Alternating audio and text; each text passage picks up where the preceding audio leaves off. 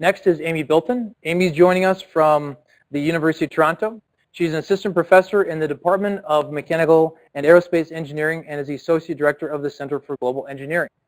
And Amy's work is fantastic to listen to because the application of fundamental thermodynamics, fluid mechanics, and engineering design for various water projects in terms of water treatment for potable water, but then also water as I would say simplistically water for fish, and so aquaculture specifically.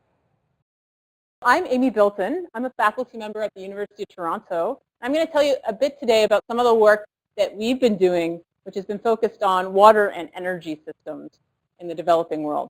And really, this is something that we are really passionate about, and I'm hoping that you can also be infected by this passion for being able to do something which can have such a broad impact.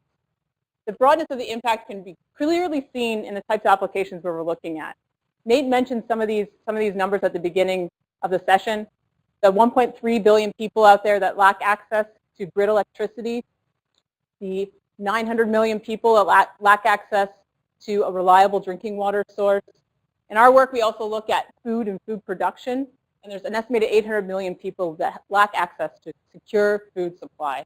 These are just some of the some of the big problems that we're looking at, and the potential impact that we can have is absolutely enormous. In my group, we look at a broad range of applications, looking at using solar power for drinking water. I'm not going to have time to talk about that today because it's a relatively short talk. I'm going to focus on one of the projects which we're working on, which looks at being able to improve access to food and looking at that water, food, energy connection. So I'm going to talk about something which probably not that many people are familiar with. I'm going to talk to you about aquaculture. And it's not something that I wasn't that familiar with less than 5 years ago. 5 years ago, I was traveling in Southeast Asia, and when I was traveling in Southeast Asia, you see a lot of scenes that look like this. You see a lot of these fish farms as you travel around, and I was thinking to myself, wow, there's a lot of fish farms, and there's a reason why. In Southeast Asia, there was about 90 million people that rely on fish farming as their main source of food and income. So those numbers are huge. And a lot of the countries in Southeast Asia as well, aquaculture accounts for a huge part of their economy. In Bangladesh, where we're working, it's about 5% of the GDP. So the numbers are actually quite staggering, and it's the potential impact you can have in this field is really large. The challenge is, in a lot of these areas in Southeast Asia, the ponds look something like this. They're murky, they don't have, and they can't support huge numbers of fish. And one of the main reasons behind this, and if you talk to the fish farmers they have concerns with as well, is the actual quality of the water. And one of the issues, which is one of the main issues that degrades that water quality, is the levels of dissolved oxygen you get.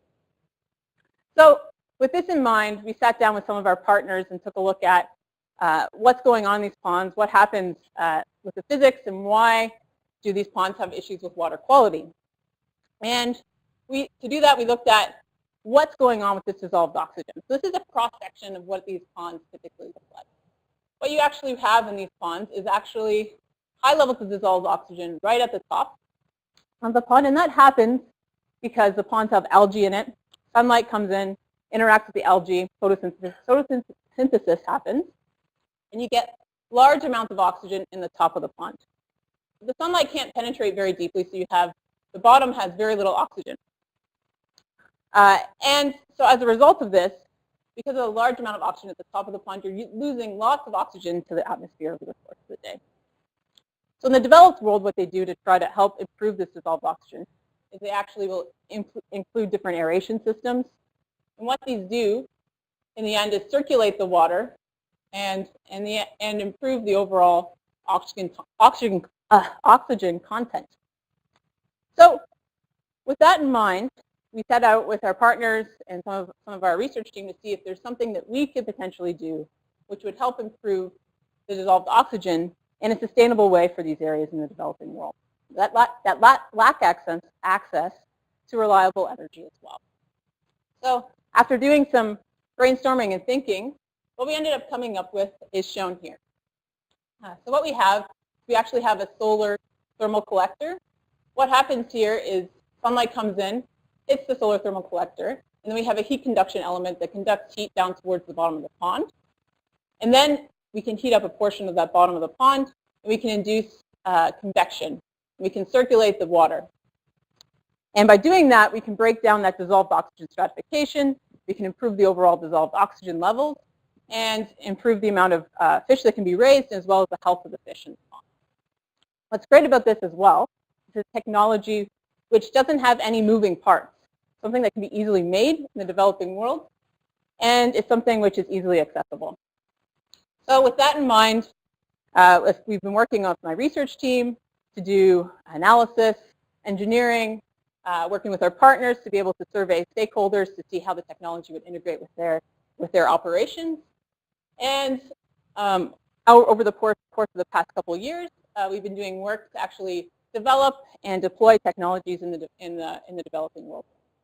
So we've been working with the NGO BRAC as well as the Vietnamese government to be able to test out this technology, working with local manufacturers in Vietnam and Bangladesh to be able to build it, and then actually put it into ponds to be able to see how well it works.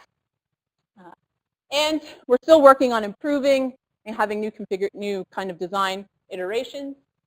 So far, we've had good results. This is a quick plot showing some of the results. The green line here, although it's noisy, it's the dissolved oxygen level when we introduce our device, versus this blue line here, which is a control measurement.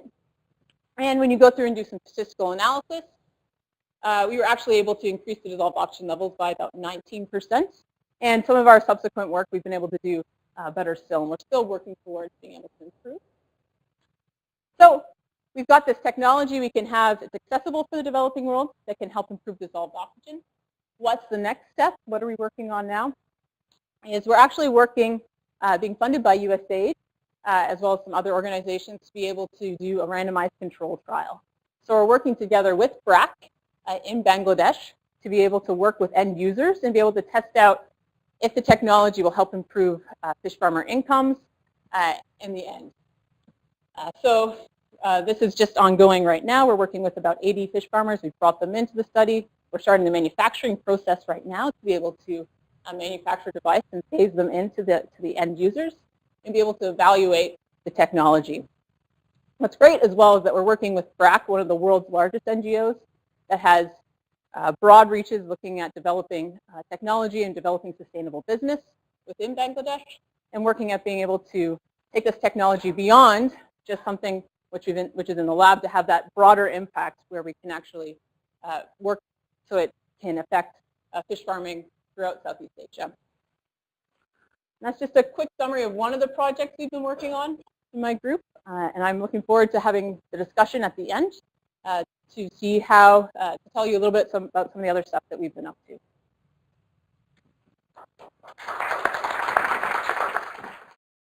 My research is focused on water and energy systems, and we work on a broad range of technologies focused on the developing world. So one of our projects is focused on using solar energy to be able to desalinate water.